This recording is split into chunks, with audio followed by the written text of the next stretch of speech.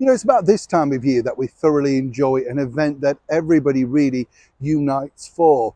It's a bit of a prestigious event, to say the least, and it's not cheap to get in, but it is at the splendour and wonderful Royal Albert Hall. We're talking about the PROMS, which has been going on now for many weeks, and if you're lucky enough to live over here in the United Kingdom, you can see it most nights on the BBC. That is one of the benefits, at least, some of those wonderful concerts that it's covered throughout the entire season. They were started, of course, many years ago, over 100 years ago now, for people to have access to wonderful music, and it's created many stars along the way.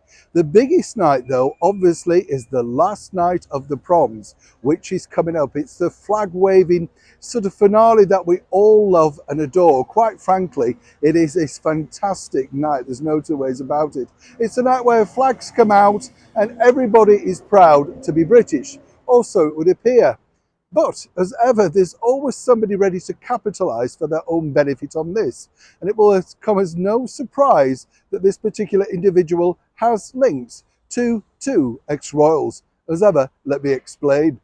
Hi, good morning. Neil Sean here at the very heart of London. And as ever, thank you so much for joining me today.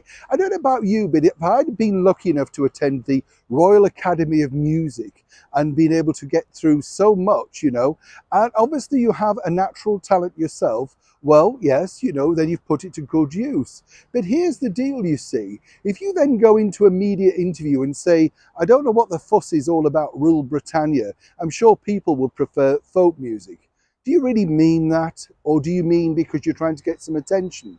Because we're talking about the cellist who was lucky enough to play in front of our late monarch at St. George's Chapel upon the wedding of Harry and Meghan way back in 2018.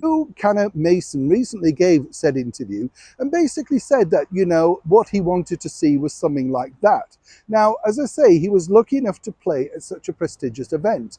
This led to a major record label, a #1 album. When you dig a little bit deeper, you can see just how stupid this 20-year-old kid is really, because, they talk about their heritage and things like that, but they were born and brought up in Nottingham, and not without a lot of considerable funds behind them to get through exactly how they've achieved such success. Now, whether this is simply, as I say, because he's trying to put some focus back on a career, he is lucky enough to be playing at the last night of the PROMS. There is a competition to win 2 tickets via his record label to actually see him in there. So you can understand the stupidity, whether that's him or indeed his publicity team behind him. But either way, I would suggest that this is terribly misplaced, because people absolutely adore the last night of the PROMS. And if you truly think that this is going to get the younger generation to rush out and listen, snap up and buy some of your music, or indeed get involved in future concerts, then it's well and truly backfired.